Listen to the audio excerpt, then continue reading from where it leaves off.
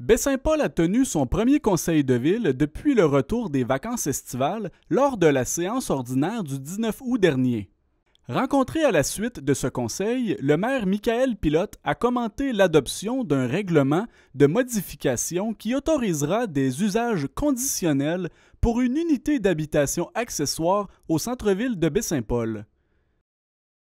Pour le secteur urbain, c'est déjà contingenté. Les permis de location touristique, le fameux BNB qu'on appelle, c'est impossible au centre-ville, donc on ne peut pas ajouter de la location touristique. Cependant, ce qu'on vient faire, c'est de permettre une unité d'habitation accessoire. Ça, c'est quelqu'un, par exemple, qui a un garage à l'arrière de sa propriété et qui décide de le reconvertir en habitation, donc en appartement. Et là, c'est ce qu'il va avoir là, derrière l'ancienne boutique Madame Butterfly. Donc, il y a un garage qui va être reconditionné en appartement et on avait permis ça à Baie-Saint-Paul. On était la première municipalité, en fait, sur le territoire de Charlevoix de le permettre. Et lorsqu'on le permet, on analyse au cas par cas les différents projets. Et là, on vient autoriser, en fait, un projet officiellement là, derrière cette ancienne boutique. Le maire a aussi précisé la démarche visant à instaurer une tarification pour la consommation d'eau potable sur le territoire de la ville.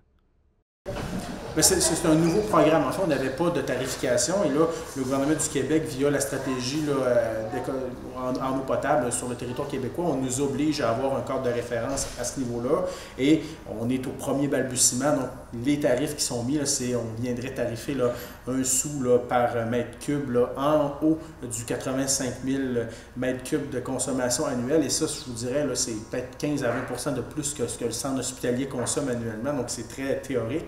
Pour l'instant, c'est vraiment symbolique. Et dans les prochaines années, fort probablement qu'on assistera à des tarifs qui seront réels, mais au moment où on se parle à la ville, on n'est pas en mesure de tarifer le tout. On a des compteurs qui sont déjà en place, entre autres dans le secteur commercial, industriel et dans certaines résidences, mais c'est plus pour lire, en fait, d'avoir certaines mesures pour bien de comprendre notre consommation en eau potable sur le territoire, mais demain matin, de dire qu'on arrive avec des données qui soient vraiment réelles, de faire des inspections, de s'assurer du respect de tout. On ne peut pas mettre le tout en place. Donc, dans les prochaines années, il y aura sûrement des avancées à ce niveau-là, mais là, c'est vraiment d'y arriver avec un cadre symbolique qui annonce un certain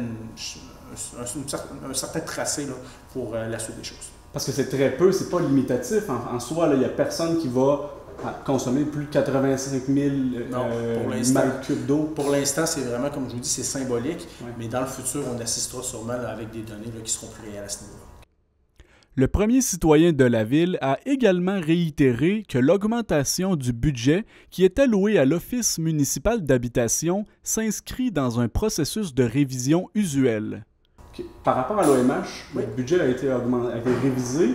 On a eu beaucoup de controverses dans les derniers mois, on en a entendu parler, même si la ville n'est pas liée comme gestionnaire à l'OMH. Est-ce qu'il y a des liens avec l'augmentation des budgets? Je ne pourrais pas vous dire, il faudrait plus questionner les gens de l'OMH à ce niveau-là. Nous, étant des partenaires de l'Office municipal d'habitation, on se doit d'adopter lorsqu'il y a des correctifs, mais ça, il faut quand même le relativiser les choses. Annuellement, ça nous arrive à quelques reprises en cours d'année d'avoir l'adoption d'un budget qui est révisé par différentes raisons à ce niveau-là. Lors du conseil de ville, le maire a tenu quelques mots pour la 15e édition du Festif de Baie-Saint-Paul qui s'est déroulé en juillet dernier. Il déclare que la ville rencontrera le comité d'organisation à partir de l'automne 2024. Bien, il y aura des discussions, et comme annuellement, on discute avec nos partenaires du festif, on s'assoit, on regarde qu'est-ce qui a bien marché, qu'est-ce qui a moins bien marché, quelles mesures on peut additionner. Et déjà dans les prochaines semaines, il y a des rencontres qui sont prévues là, entre moi-même et la direction générale du festif. On va s'asseoir pour justement réfléchir au tout. Et comme je le mentionne, des fois, ce n'est pas nécessairement un manque de volonté de la ville, mais c'est la question des capacités. Est-ce qu'on est en mesure de fournir en eau potable? Est-ce qu'on est en mesure d'héberger les gens? Est-ce qu'on est en mesure de bien les accueillir? Mais la collaboration va très bien entre le festif et la ville de Baie-Saint-Paul et on aura des réflexions à savoir qu'est-ce qu'on fera pour la suite des choses, mais on pourra préciser le tout au cours de l'année prochaine. En terminant, Michael Pilote a indiqué que des annonces sont à venir pour la tenue de 2 rencontres qui impliqueront la ville et ses sinistrés des inondations de mai 2023. Oui, bien ça, c'est des rencontres justement pour savoir comment on peut mieux aider les gens, qu'est-ce qui a bien marché, qu'est-ce qui a moins bien marché, mais ça, c'est des rencontres qui vont être annoncées. Là. Justement, il y a eu des pré-annonces, mais tout va se préciser prochainement. Là. Je pense que ça doit être à ça que vous faites référence, j'imagine. Mais oui, il y aura des rencontres avec nos sinistrés là, et les contenus là, pourront être annoncés prochainement. La prochaine séance du Conseil de ville de Baie-Saint-Paul se tiendra le lundi 9 septembre 2024.